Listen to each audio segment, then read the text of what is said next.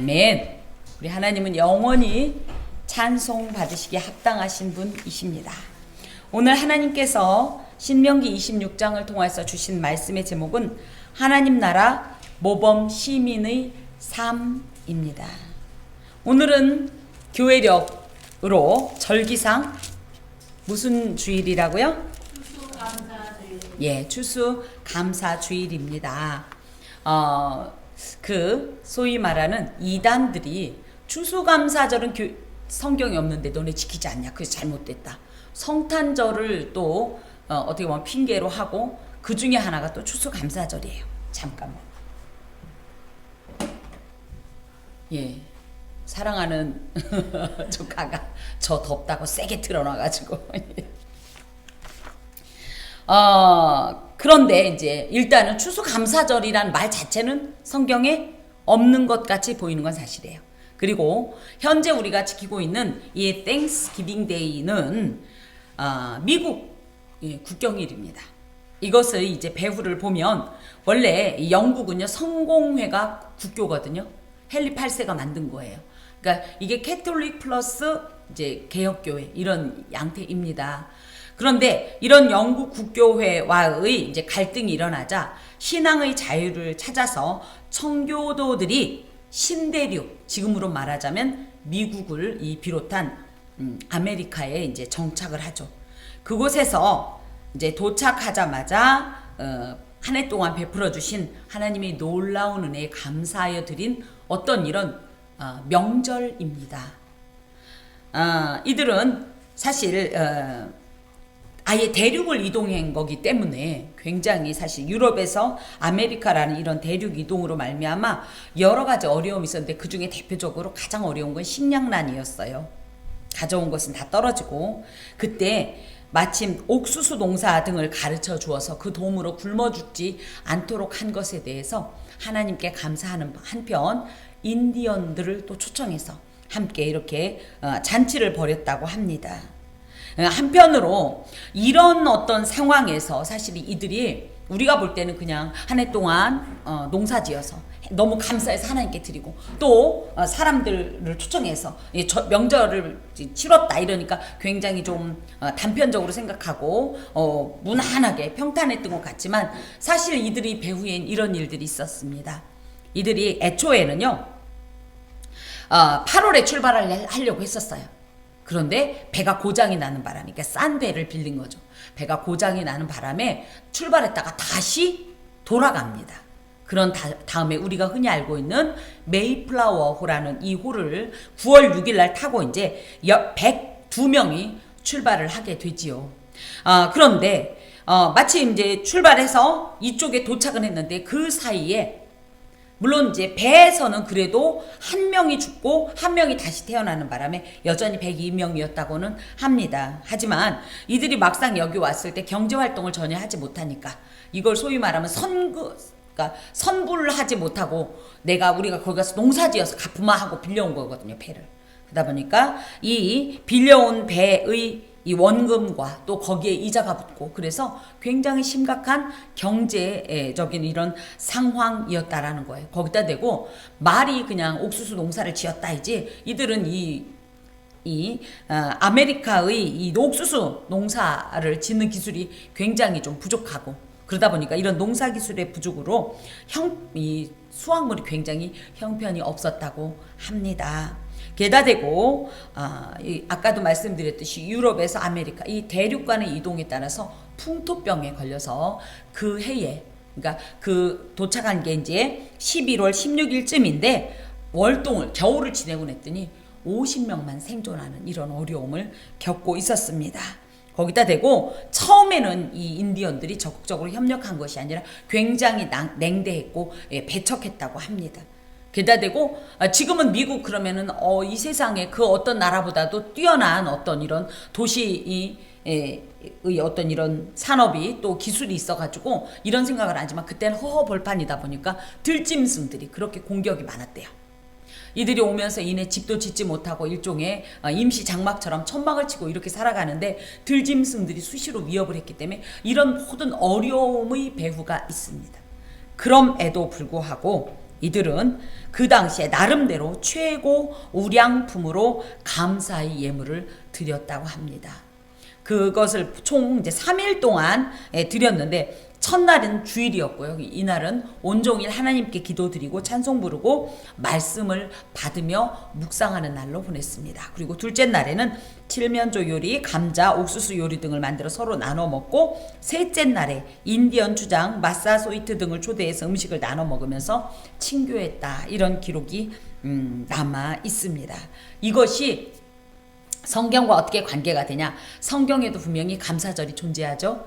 여름에 우리가 드리는 맥추감사절, 그죠? 그리고 이제 수장절이라고 합니다. 이게 뭐 사실은 가을거지가 끝난 다음에 수장절이 뭐냐면 거둘 숫자예요. 그리고 이 저장하다 장자입니다. 그래서 겨울이 오기 전에 우리 방금 찬송 드렸죠. 추운 겨울 오기 전 염려 없이 거뒀네. 그런 것처럼 이 추운 겨울이 오기 전에 이 추수한 곡식을 저장해 놓는 이런 절기가 수장절이고 이것을 또 다른 말로는 초막절이라고 합니다. 또 맥추절은 칠칠절이라고 하고 그래서 하나님께서 이스라엘 남자, 유대인 남자는 적어도 3번은 반드시 중앙성소로 와야 된다. 그 중에 하나가 6월절, 무교절이라고 하는 6월절, 그 다음에가 맥추절, 그 다음에가 수장절로서 이 6월절도 사실은 감사절기에 해당이 됩니다. 왜요? 바로 이 앞지 아래 구원을 받았는데 거기다 대고 10번째 재앙은 이 장자는 다 죽었어야 되는데 죽지 않고 살아나온 이 은혜를 회상하면서 감사하는 이런 감사절이거든요. 그렇기 때문에 누군가가 야 추수감사절은 성경에도 없는데 이걸 지키니 너희들은 잘못됐다 이렇게 얘기하면 그대로 반박해 주십시오. 두 눈을 똑바로 두고 성경을 읽으라고. 성경엔 무수한 감사절이 돼 있고 추수감사절을 굳이 이 절기로 이 계절로 따지면 이거는 수장절에 해당이 됩니다. 맥추절은 보리를 그러니까 곡식을 저장했어요. 그런 그리고 수장절은 과일 이런 열매들을 저장했거든요. 어찌됐든 그래서 이런 추수감사절이 분명히 성경적 기원을 두고 있다라는 것을 아시기 바랍니다. 하나 더 지난주에도 이제 우리 권사님이 그랬는데 다른 교회는 다 이번 주에 드리나 봐요. 추수감사절을 딱 어떤 날 드려야 된다라고 뭐 헌법에 명시되어 있진 않습니다. 어떤 그래서 교회는 이것이 우리나라의 추석과 그 맥을 같이 한다 해서 추석이 속한 그 주일에도 추수감사절을 드리고 어떤 곳은 10월 마지막 제도 드리고 뭐 지난주같이 지난주도 드릴 수 있고 하지만 워낙은 애초에 10월 셋째 주를 추수감사절로 정했습니다. 저희 교단에서는. 그러다 보니까 일반적으로 10월 셋째 주인 오늘 하나님 앞에 추수감사절로 드리게 되는 것입니다. 저는 이제 저의 은사 목사님께서 늘 그런 말씀을 하셨어요.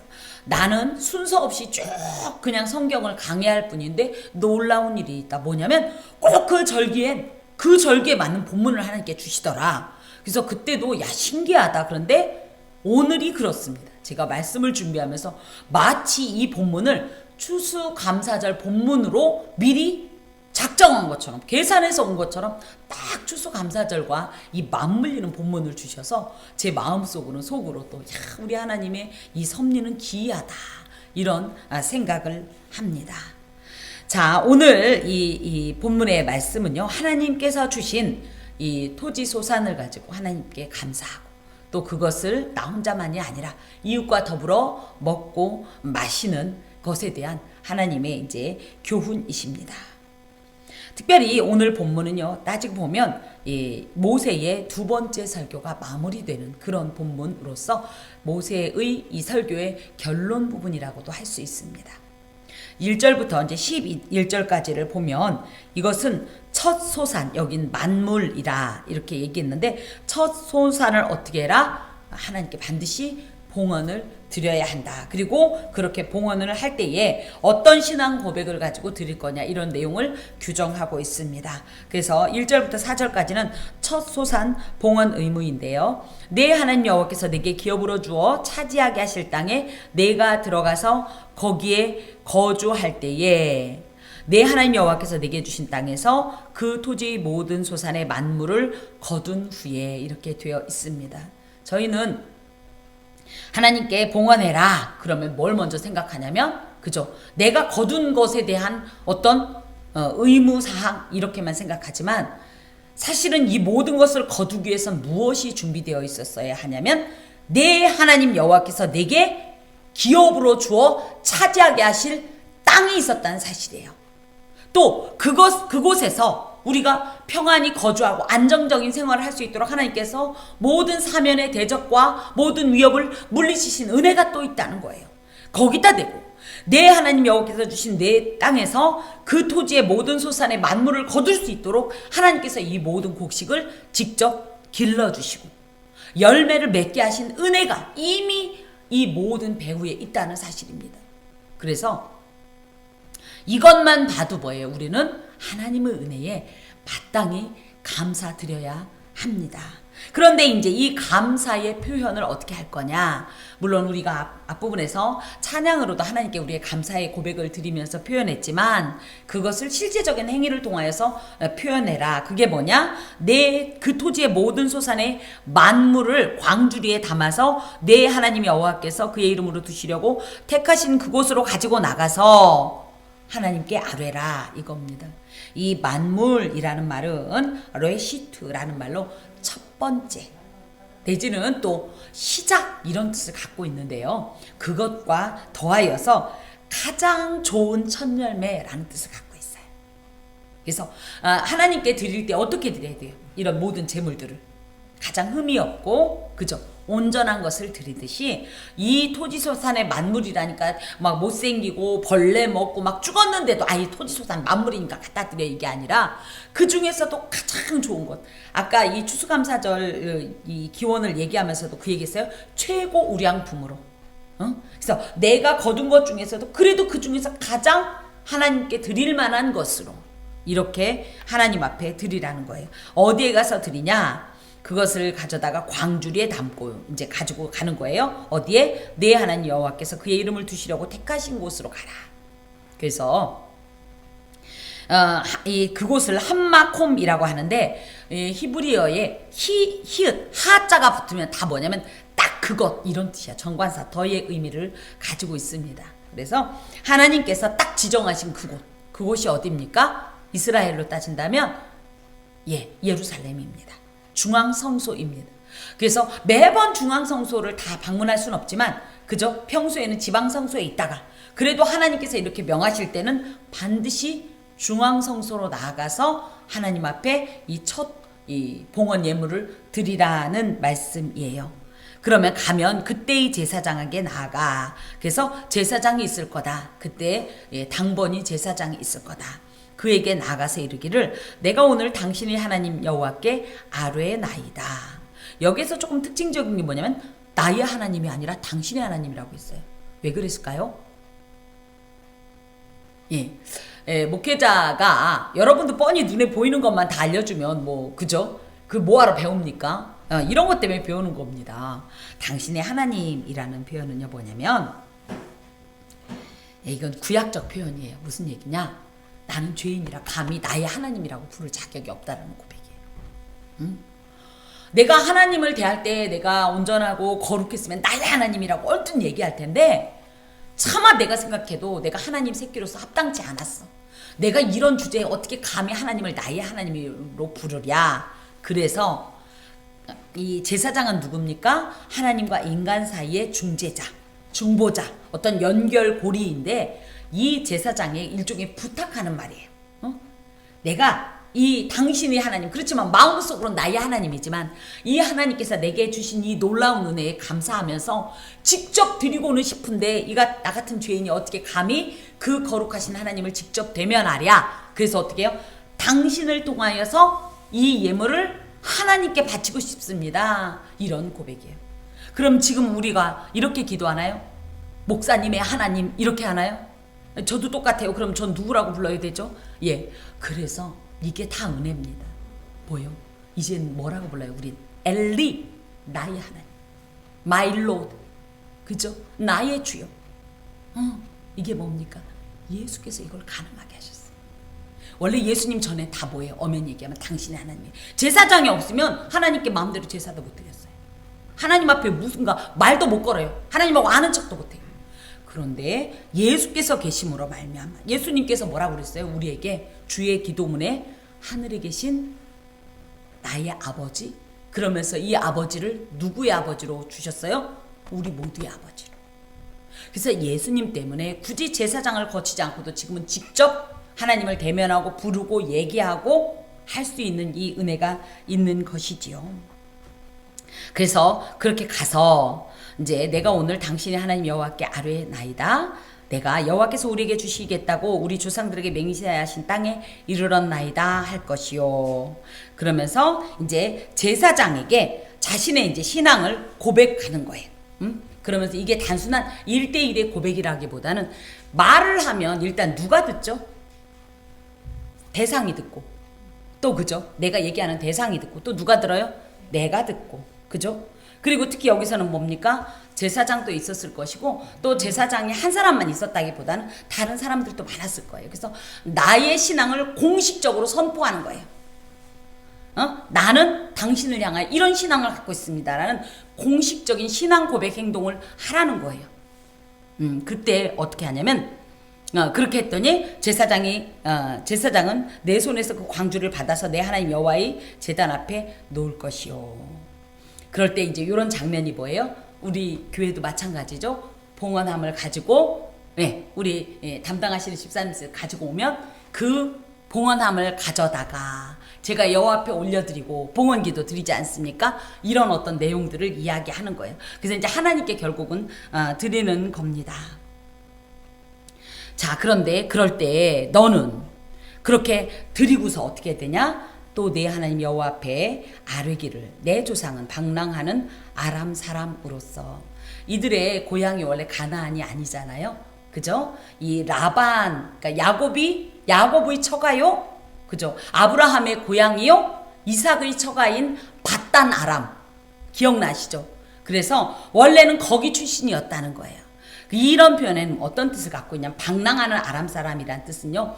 별 볼 일이 없는 특별할 게 없는 자격도 없는 조건도 갖추지 못한 이런 사람이었습니다. 그리고 거기다 대고 어떤 일이 있었어요? 애굽에 내려가 거기에서 소수로 거류하였더니 처음에 70명이 내려갔죠. 지금은 뭡니까? 최소한 240만에서 300만이라고 얘기하는 이런 어마어마한 민족이 됐지만 처음에는 야곱의 일가족이 내려갔어요. 70명. 그러니까 소수 민족으로 그것도 70명, 700명도 아니고 7,000명도 아니고 70명이 그 거대 강국인 애굽에 들어가서 점으로도 표기가 되지 않을 정도의 그런 어떤 소수로 거기에 있었다는 거예요. 근데 거기에서 하나님의 은혜로 어떻게 됐어요?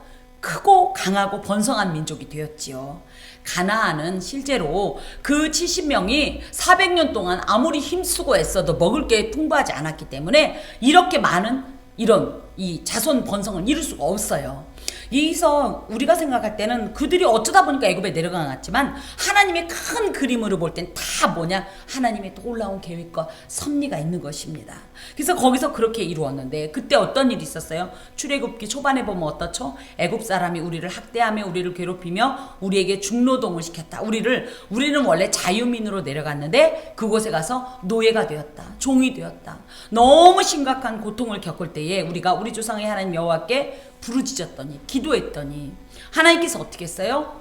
외면하지 않으시고 여전히 나의 보호자가 되어서 우리의 음성을 들으시고 우리의 고통과 신고와 압제를 보시고 여호와께서 강한 손과 편팔로 우리 큰 위험과 이적과 기사로 우리를 애굽에서 인도하여 내시고 이게 다 출애굽기의 내용들입니다. 우리가 하나님과 애초에 애굽에 있을 때는 관계도 없는 존재인 것 같았는데도 그래도 나의 조상이 부르던 그 하나님의 이름을 불렀더니 놀랍게도 400년이 넘는 동안 우리를 세상에 잊지 않고 기억하사 고아와 같이 우리를 버려두지 아니하고 외면하시지 않으시고 오히려 우리를 하나님의 크신 이 강한 손과 강력한 손 그래서 어때요? 10가지 재앙을 막 내리잖아요. 그건 하나님이 아니면 절대 내릴 수 없는 편팔이라는 것은 어찌 보면 이 팔을 탁 편다는 건 무슨 얘기예요? 이들에 대한 이 안전함, 철저한 보호 이런 것을 이제 주시고 그리고 큰 위험과 이적과 기사로 인도하여 내신 이 은혜를 고백하는 겁니다. 그러면서 이곳으로 인도하사 그래서 가나안에 온 것조차도 뭐다? 1절에 있는 것처럼 내 하나님 여호와께서 내게 기업으로 주어 차지하게 하시고 너를 내가 들어가서 거기에 거주하게 하시고 이 모든 은혜를 베푸셨다는 것을 이렇게 인정하는 거예요.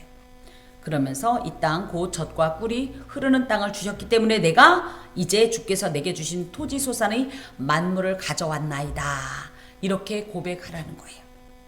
특별히 이 봉헌을 한다라는 것은 이것은 무슨 얘기냐면 이 모든 것을 가능하게 하는 당신입니다. 여호와 하나님이라는 믿음의 고백입니다.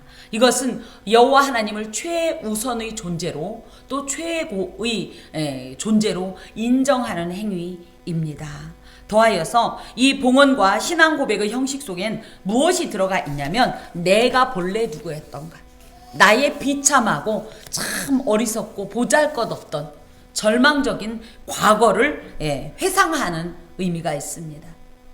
이렇게 이스라엘 사람들이 자신의 과거를 회상하듯이 우리 또한 하나님께 드릴 땐 그냥 드리는 게 아니라 나는 감히 이런 것을 드릴 수 있는 믿음도 없었고 형편도 안 됐고 했지만 이런 고백이 반드시 포함되어야 돼요. 그래서 과거 죄악에 사로잡혀서 살던 이 죄인으로서의 나의 정체성을 다시 한번 생각할 때에 그런 죄인으로서 감히 하나님을 당신의 하나님으로도 부를 수 없던 이런 죄인이 하나님 앞에 이런 식으로 나의 아버지께 예물을 드릴 수 있는 이 은혜가 얼마나 큰가, 이렇게 상고하면서 예물을 드리라는 겁니다. 더하여서 그것이 어떻게 가능했느냐? 하나님의 놀라운 구원의 역사와 섭리가 있었기 때문에 가능했습니다. 나의 나된 것은 오로지 주님의 은혜입니다. 이것은 당연한 것이 아닙니다. 자연스러운 것이 아닙니다. 철저히 하나님께서 한 걸음 한 걸음 내 인생의 한 면 한 면, 한자 한자를 일일이 계획하시고 섭리하셔서 이루어 주신 이런 과정 속에서 일어났다라는 것을 또한 인정하는 이런 고백을 드려야 해요. 그리고 또한 무엇보다도 놀라운 하나님의 은혜를 베풀어 주신 것에 대한 경배의 마음과 함께 드리십시오. 찬송의 마음, 감사의 마음과 함께 드리십시오. 많은 사람들이 이런 얘기합니다. 나 교회 갔더니 11조 아래서 안 다니는 거예요.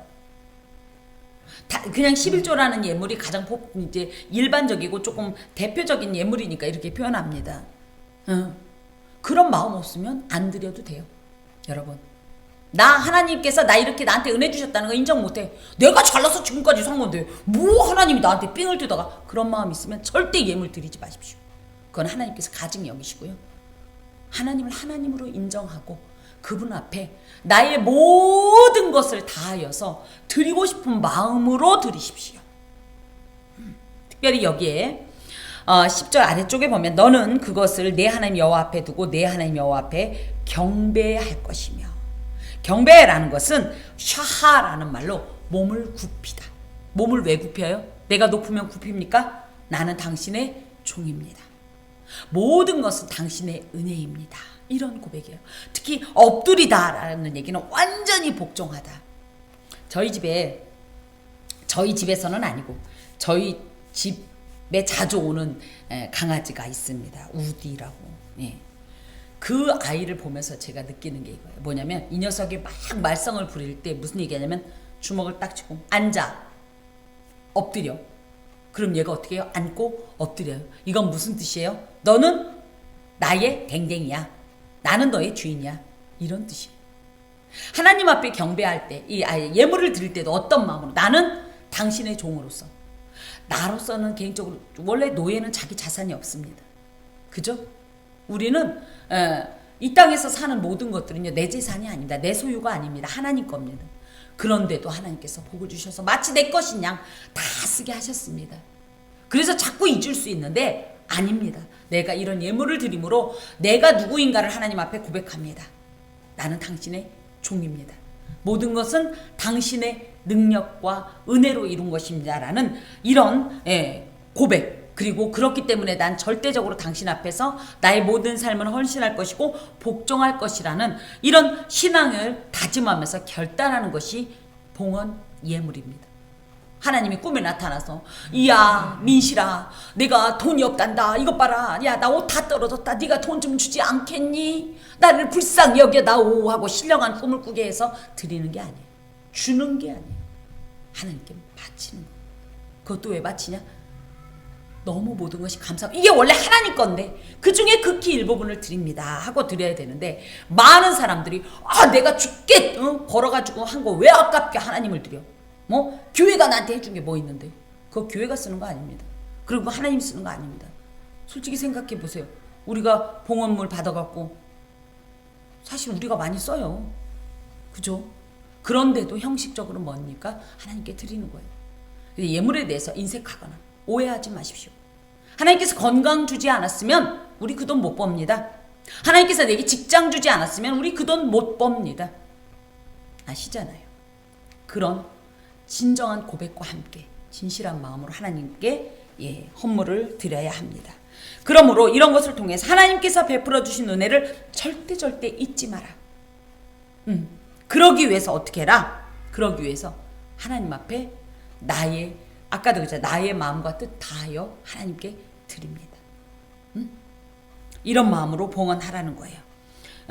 굳이 이런 이 토지 소산과 관련돼서 우리의 정체성을 규정하자면 우리는 하나님 나라의 소작인입니다. 주인이 다 내놓으라고 그러면 다 내놔야 되는 거예요, 원래는. 그리고 소작인은 어떻습니까? 주인이 구할 가져가고 일할 주면 먹고 사는 거예요. 근데 거꾸로죠, 우리는. 그죠? 주인은 일할 가져가고 그것도 그 주인이 쓰는 것도 아니지만 우리한테 구할 주잖아요. 그런데도 인색해서 난 이래서 어려워요. 난 저래서 어려워요. 나중에 형편 더 좋아지면 드릴게요. 없습니다. 전혀 다른 측면일 수 있지만 제가 요즘 나이가 드나 봅니다. 그래서 행복에 대해서 생각을 많이 합니다. 나는 과연 행복할까? 뭐 때문에 행복할까? 안 행복해요. 그래서 속으로 이랬어요. 아니야, 좀 더 나이 들면 행복해질 거야. 하지만 누가 그때까지 이 세상에 내가 존재한다고 보장해 줍니까? 오늘의 행복은 언제? 오늘 누려야 합니다. 하나님 앞에 드릴 믿음의 고백도 오늘 드려야 돼요. 신앙도 오늘 하나님 앞에 온전히 이런 것들을 신앙생활도 해야 됩니다. 예물도 마찬가지입니다. 나중에 형편이 좋아진다는 보장을 누가 해줘요? 지금보다 더 나빠지면 끝내는 우리는 하나님 앞에 예물 못 드리는 겁니다. 자, 그러면서 이제 경배할 것이며, 그리고 나서 또 놀라운 또 말씀이 있습니다. 우리는 매번 이런 오해를 해요.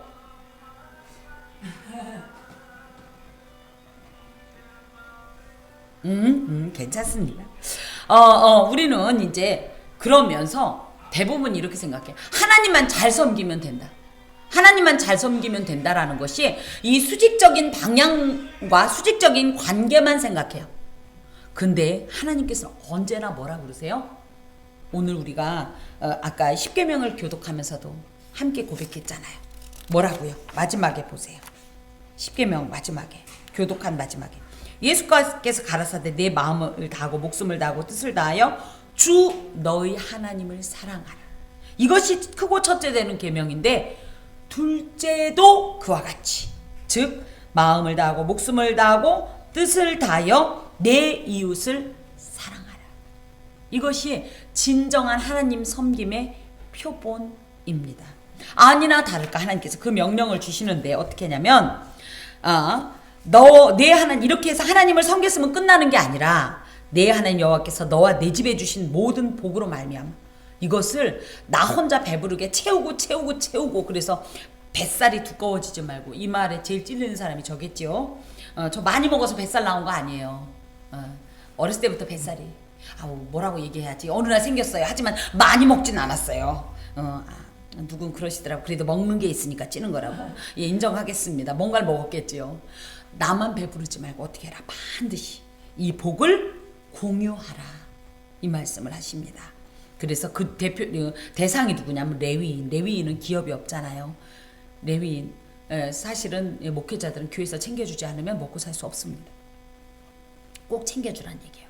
그리고 너희 가운데 거류하는 객은 누구냐면 이방인일 수도 있고 손님으로 왔을 수도 있고 내지는 우리를 따지면 요즘 용병 그죠? 여기 와가지고 집도절도 없이 이렇게 먹고 사는 이런 사람들이 얼마나 명절 때 제일 외로운 사람이 누구예요?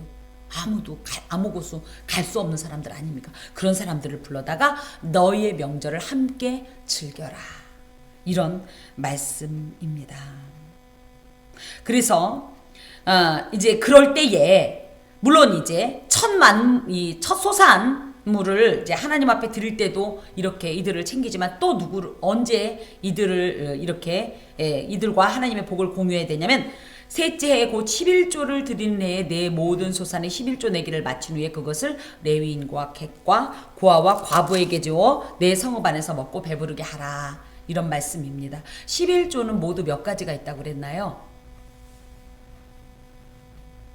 어휴 11조 한 번 하기도 어려운데 또 몇 가지 시기나 있어? 그런 게 있었어요. 예. 14장 우리가 이제 쭉 봤습니다. 11조 우리가 알고 있는 11조는 첫 번째 뭐예요? 소산의 10분의 1. 그리고 또 뭡니까? 또 구제용 11조가 있어요. 구제용 11조. 근데 이 10분의 1이 있고 요거와 따로 그래서 제1의 11조를 공제한 나머지 소산에서 다시 11조를 가지고 또 사실은 이건 뭐냐면 그 주변의 사람들과 또 나누는데 그 중에서도 특히 제3의 11조라니까 세 가지가 있다라기보단 이 두 번째 제2의 11조 중에 3년과 6년 안식일을 기준으로 해서 안식년을 기준으로 해서 3년차 6년차에는 이 11조 예물을 그냥 일반적으로 축제용으로만 쓰지 말고 그 중에서도 특히 굉장히 가난한 사람들을 구제하는 구제용 11조를 써라. 지금 이 말씀이에요. 그래서 11조의 종류가 총 3가지인데 3번 하라는 건 아니고 무슨 얘기인지 아시겠죠? 예, 그래서 이 11조에 대한 이제 설명을 주십니다. 그럴 때에 내 하나님 여호와 앞에 아뢰기를 내가 성물을 내 집에 내어 레위인과 객과 고아와 과부에게 주기를 주께서 내게 명령하신 대로 명령하셨으니 내가 주의 명령을 범하지도 아니하였고 잊지도 아니하였나이다. 그러면서 이런 고백을 하게 하는 이유는 뭐예요? 이걸 그냥 개인적으로 그때마다 그냥 개인적인 어떤 감정에 의해서가 아니라 이거는 하나의 제도가 된 거예요. 그래서 세금처럼 반드시 이 제2의 11조를 내게 되어 있습니다.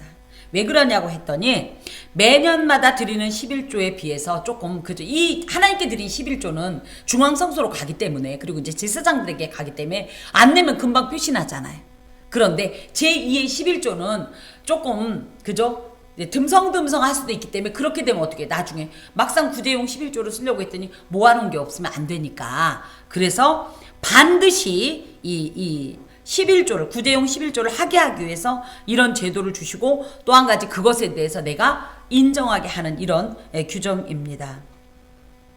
특히 23절을 보면 얼핏 볼 때 누가복음에 있는 세리가 나는 금식도 했고 막 기도도 했고 막 이렇게 자기 자랑하는 그 문구하고 유사한 것 같아서 하나님 앞에 자신의 공적을 과하게 자랑하라는 거야 라고 할 수 있는데 그것이 아니라 하나님 앞에서 나는 마땅히 수행해야 할 의무를 실행하였습니다. 보고 끝 이런 표현입니다. 그래서 보면 주의 명령을 범하지도 아니하였고 잊지도 아니하였나이다. 그는 무슨 11조를 빼먹지 않았습니다. 또 14절에 보면 내가 애곡하는 날 애곡하는 언제 많이 울어요? 사람이 죽었을 때. 그래서 장례식 날에 이 성물을 먹지 아니하였고 이게 무슨 얘기냐면 장례식은 뭐예요? 사람의 죽음과 가까이 있는 날은 부정한 날입니다. 그래서 부정한 중에 종교적으로 부정한 상태에서 이 11조를 따로 떼지 않았다는 얘기예요. 그리고 또 죽은 자를 위하여 일을 쓰지 아니하였고 이건 무슨 얘기냐면 우리나라 장례 보통 며칠 치르죠? 3일장 보통 일반적으로 예전에는 5일장도 하고 왕들은 더 했지만 우리는 3일장이라면 이스라엘은 대부분 7일장을 합니다. 7일장. 3일장에도 우리 보면 장례식 비용 만만치 않죠. 근데 7일장을 하려고 그러면 돈이 어마어마하게 들어요. 그러니까 이제 이거죠. 이게 갑자기 장례라는 게 갑자기 나는 거 아닙니까? 갑자기 났는데 준비한 음식이나 내가 가지고 비축되어 있는 양식이 너무 부족해요. 그럼 어떤 마음이 슬그머니 들 수 있다. 저 11조 떼놓은 11조 저걸 갖다 좀 쓰면 안 될까라는 마음이 들겠지만 절대 그거만 하면 안 된다는 얘기예요. 난 그거 하지 않았다 그 얘기입니다. 죽은 자를 위하여 이를 쓰지 아니하였습니다. 그래서 예기치 않은 상황에서 혹시라도 떼어놓은 11조를 사용하고 싶어도 절대 난 사용하지 않았습니다. 그러면서 내 하나님 여호와의 말씀을 청종하여 주께서 내게 명령하신 대로 다 행했습니다. 이렇게 하나님 앞에 보고를 드리라는 얘기입니다. 이렇게 보고를 한다는 것도 또 뭐예요? 굉장히 이거를 공식화한다는 거예요. 하나님과 사람 앞에서 이렇게 선언을 하기 때문에 거짓을 하면 안 되겠죠. 그래서 하나님 앞에서 하나님께서 주신 이 어떤 11조의 의무를 철저히 이행했음을 분명하게 하라는 거죠. 특별히 11조의 용도를 매 3년마다 약자에 대한 구제용으로 규정한 이유는 하나님은 늘 누구에게 관심이 많은 거예요? 부자들, 가난한 자들, 이런 사람들은 사실 부자들, 배부른 자들은 사실 하나님이 별로 필요 없지 않아요? 부자가 뭘 그렇게 옵니까? 일도 잘 되고, 뭐 손만 대면 뭐 돈이 막 쏟아져 들어오고 몸도 아픈 데가 없고 그런 사람 뭐하러 울면서 기도해? 왜 울어? 울 일이 없잖아요. 그쵸? 그리고 오죽하면 뭐예요? 울며야 통하는 자가 복이 있다는 게 이런 거예요. 하나님과의 관계가요 그렇게 긴밀하지 않습니다. 뭐 하나님 없어도 나 살만한데 뭐 그렇게 하나님 찾아요? 우리도 사실 그렇지 않아요? 일 잘 되고 걱정 없어 봐요. 뭘 그렇게 기도해요? 그죠? 일이 안 되고 답답하니까 와서 울며 불며 기도하는 것 아닙니까? 그렇게 따진다고 그러면 이 가난한 자들은요, 없는 자들은요, 외로운 자들은요 의지할 대상이 없는 거. 그래서 더욱 하나님만 의지하는 겁니다. 그런 자들에게 하나님께서는 그 외로운 마음, 그 배고픈 몸 이런 상태를 채워주기를 원하시는 자비와 긍휼이 풍성하신 이런 하나님임을 교훈하기 위해서, 그래서 그런 하나님의 백성들이 그런 하나님을 다른 사람들에게 표현하고 증거하라고 이런 교훈을 주십니다. 그래서 이것을 제도화했다는 것은요, 이건 의무사항이라는 거예요. 어떤 의무? 하나님께 바치는 것도 의무지만 나누는 것도 의무입니다. 그래서 사람들에게 무언가를 나누고 또 필요한 이들에게 주는 것을 계산적으로 하고, 이번에 주고 나면 다음에 없다, 다음에 없으면 안 하면 돼요. 그런데 놀라운 건 뭡니까? 이번에 주면 다시는 없을 것 같았는데 다음엔 또 놀랍게 무언가가 채워져요. 저는 이번에 왕권사님께서 지난주에 그러시는 거예요. 우리 이제 이렇게 식구들하고 무생채를 해갖고 굴을 해서 맛있게 먹자. 이제 그래서 무를 살 생각을 제가 이제 했는데, 세상에 금요일 날 어떤 곳에 갔더니 그 목사님께서 농사지은 무를 막 이만큼 주시는 거예요. 그래서 제가 참 신기하다. 어떻게 우리 왕권사님의 얘기를 그분이 들으셨을까? 누가 알려줬을까? 하나님께서 그 마음을 감동하셔서, 저 김 목사를 오면, 물론 저는 그분은 제가 김 목사인지는 모릅니다만, 그래서 그랬죠. 제가 저희 교회에서 이번 주에 이거 먹으려고 했는데, 주세요. 막 했더니, 처음에는 저 주려고 한 3개 담더니, 교회에서 그랬더니 막 더 담으시더라고요. 그래서 막 그걸 제가 막 들고 왔어요. 전 놀라워요, 이런 게. 뭐가 필요하다 그러면 그게 쫙 채워집니다. 특히 누군가를 도와주려고 할 때는요, 좋은 거 막 그럴듯한 거 아니어도 무언가를 주면 우리는 마치 그 수도관처럼 전달해 주는 거예요. 이러면서 무엇을 증거하는 거예요? 우리 하나님이 이런 분이시다. 앞에서 저희가 이제 쌀 나눔을 하면 이럽니다. 어머, 이거 이렇게 공짜로 줘도 돼요? 그럴 때 제가 하는 얘기가 있습니다. 교회는 원래 그런 곳입니다. 이걸 통해서 우리 교회만 아나요? 그분이 이렇게 생각했죠. 하나님이 그러라고 시켰나 보다. 맞잖아요. 그래서 절대 누군가를 구제하거나 자선의 어떤 이런 행동을 할 때 이건 의무이기 때문에, 당연한 거기 때문에 계산하지 맙시다. 아까워하지도 맙시다. 그리고 또 하나 뭐예요? 하나님 보셨죠? 내가 이거 하는 거 다음에 더 세게 갚아줘야 돼요. 나는 10원 했지만 하나님은 10원 갚고는 안 돼. 알았어요? 이렇게 하나님하고 거래하는 조건으로 하지 마시라. 그냥 우리는 하나님께 주신 이 은혜가 너무 커서 나도 저 입장이 될 수 있었다는 거예요. 그런데 나는 지금 현재 그 입장이 아닌 것에 대해서 감사하면서 하나님께서 주신 것을 기꺼이 손을 펴서 공유하라는 이런 말씀입니다. 특별히 봉헌은 아까도 말씀드린 것처럼 아까워하는 마음이 아니라 자원하는 마음으로. 그래서 하나님께 드리는 것만 엄연히 얘기하면 봉헌이 아니에요. 내가 있는 것을 나눠주는 이것도 사실은 봉헌 예물입니다. 왜요? 내 개인적인 어떤 감정으로 드리는 게 아니라 하나님께서 이걸 기뻐하시는 걸 알고 하나님께서 명령하신 걸 따르는 거기 때문에 이것도 봉헌입니다. 예, 아시겠죠? 그래서 하나님 앞에 기쁨과 감사의 마음으로 이 봉헌하시기 바랍니다. 또 이렇게 하면 우리 하나님 분명히 약속하시길, 여기 보세요. 원하건대 주의 처소, 거룩한 처소 하늘에서 보시고 주의 백성 이스라엘에게 맹세하여 우리에게 주신 젖과 꿀이 흐르는 땅에 복을 내리소서. 하나님은 이런 모든 것을 보시고 반드시 갚아주십니다. 그래서 마치 우리가 하나님께 드리는 것도 마찬가지지만 사랑하는 이 이웃에게 주는 것도 하나님께 복받을 그릇을 준비하는 것과 같습니다. 하나님께서 우리에게 이런 복을 주시고 또 이런 은혜를 베푸셨음을 나누는 것이 뭐다? 이게 진정 또 하나님을 섬기는 하나의 모습입니다. 자, 봅시다. 이제 16절부터 19절까지는요, 신명기의 핵심 주제라고 할 수 있는데, 이건 마치 이 언약식의 형식으로 되어 있습니다. 자, 봅시다. 오늘 내 하나님 여호와께서 이 규례와 법도를 행하라고 내게 명령하시나니 그런즉 너는 마음을 다하고 뜻을 다하여 지켜 행하라. 그래서 이 언약식을 앞에 두고서 이 언약식을 어떤 마음으로 치룰 거냐, 어떤 마음으로, 마음을 다하고 뜻을 다하여 이것을 반드시 준행할 마음으로 이 언약을 이행하라 이겁니다. 마음을 다한다는 것은요, 레바브라는 말로 인격을 다한다는 뜻을 갖고 있어요. 뜻은 네페시로서 성품을 다한다. 그래서 하나님께 인격을 다해 순종하고 내 모든 성품을 다해서 하나님을 사랑하겠다는 각오로, 그래서 하나님 앞에 삶의 일부분으로서가 아니라 생명을 다하기까지 계명을 지켜 행하는 이런 마음으로 이 언약식에 임해라.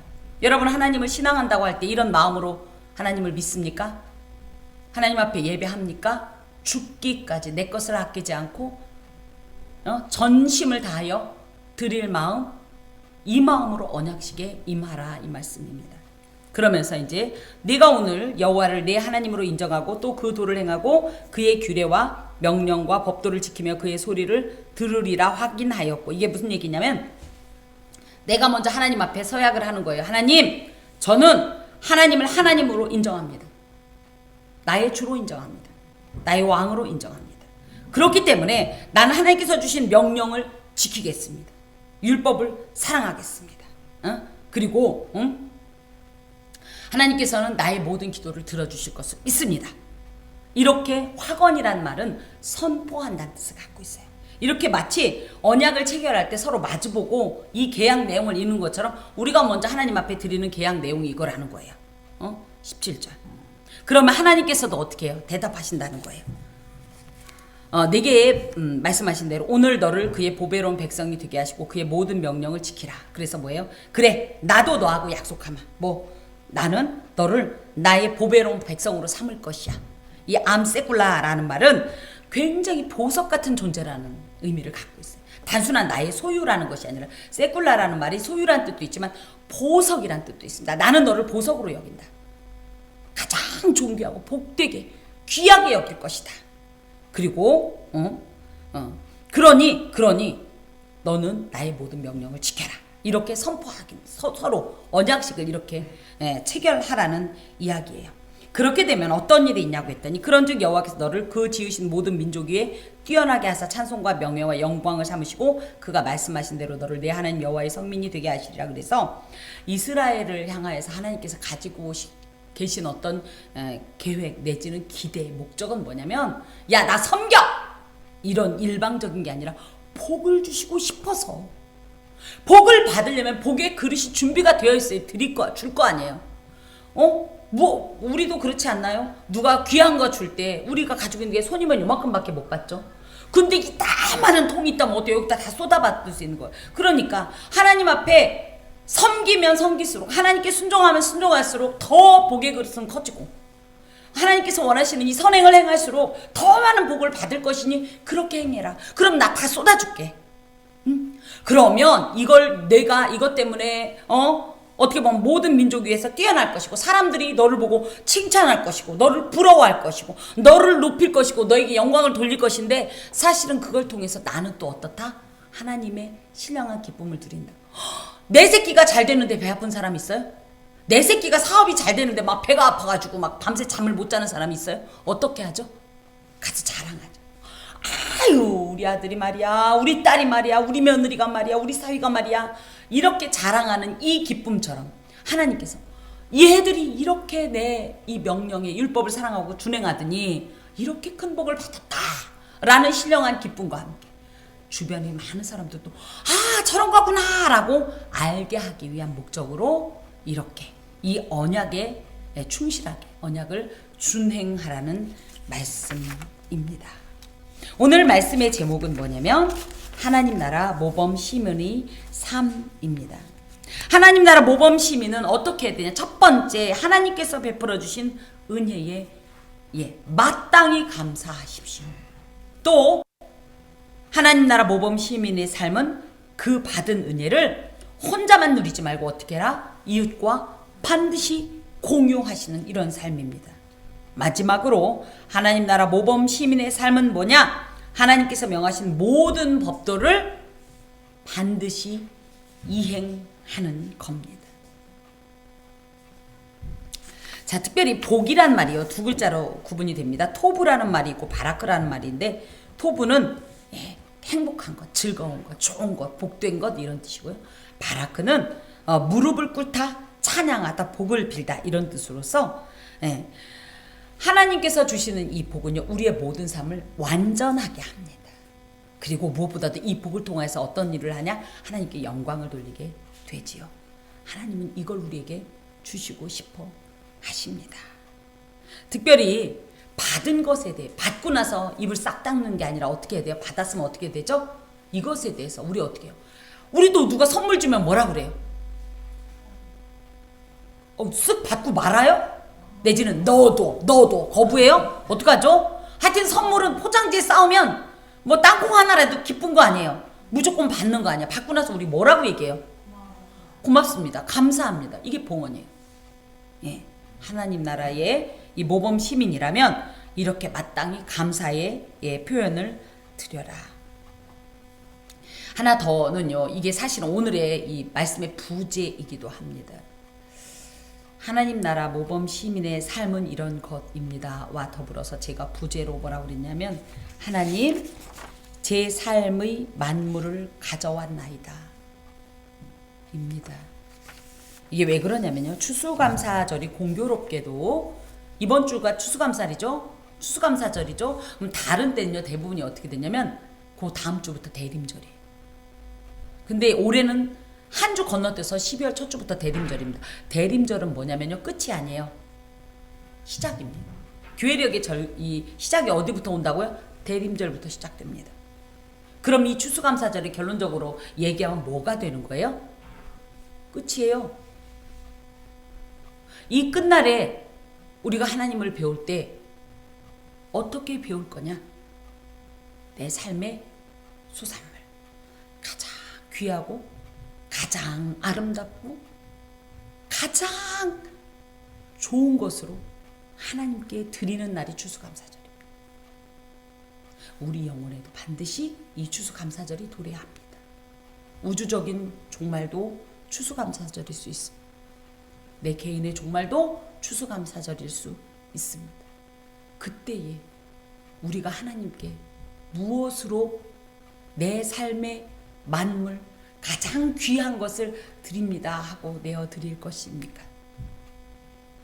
추수감사절을 우리가 지내면서 내가 과연 주님을 배우는 그날에 나는 무엇으로 하나님께 드릴까를 생각하시면서 부지런히 열심히 그날을 준비하셔야 합니다. 기도하겠습니다. 주님, 모든 것이 주님의 은혜인 것을 알면서도 자꾸 잊어버리고 인정하지 않으려고 하고 욕심을 내었나이다. 주님, 하오나 결국은 이런 모든 삶의 이 목적이 하나님께 나의 삶의 만물을 드리는 것 아니겠습니까? 하올 때에 한 걸음 한 걸음이 합당한 주의 뜻을 준행하는 걸음 되게 하여 주옵소서. 그리고 무엇보다도 주님 오실 그날을 예비하는 삶 살 수 있도록, 그래야 매일이 하나님 나라의 모범 시민으로서의 삶이 될 수 있도록 도와 주시옵소서. 예수 그리스도 이름으로 기도합니다. 아멘. 찬송가 591장